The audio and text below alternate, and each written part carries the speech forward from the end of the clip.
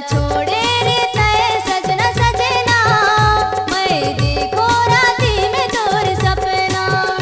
बोला छोड़े रे तय सजना सजना, मैं देखो राती में तोर सपना। चल बोला बे तय जोड़ीदार, आ जाते मोर संगिया, आ जाते मोर संगिया।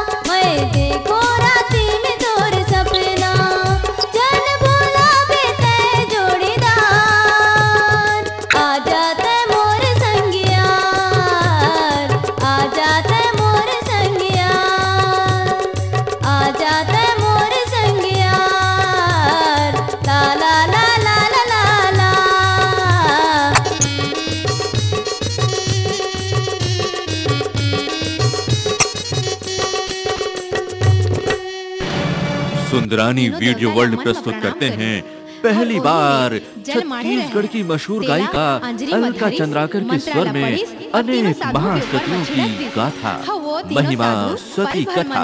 लइका होगे केहो करे लागिस, तीन तीन लइका के रोवाई, देवता के कल्लाई सती अनसुईया बाल रूप में तीनों देवता ला देखिस, तन मन पुलकित होगे, ममता में भर गे। निर्माता लखी सुंदरानी और निर्देशक मोहन सुंदरानी की महान भक्ति भरी प्रस्तुति महिमा सती कथा आज ही ले आइए। कटलत लइका मन चुप हो गे और टूप ले सूत गे। माता से अनसुईया उमल्ला धरिस और पल्ला में सुता दिस भैया।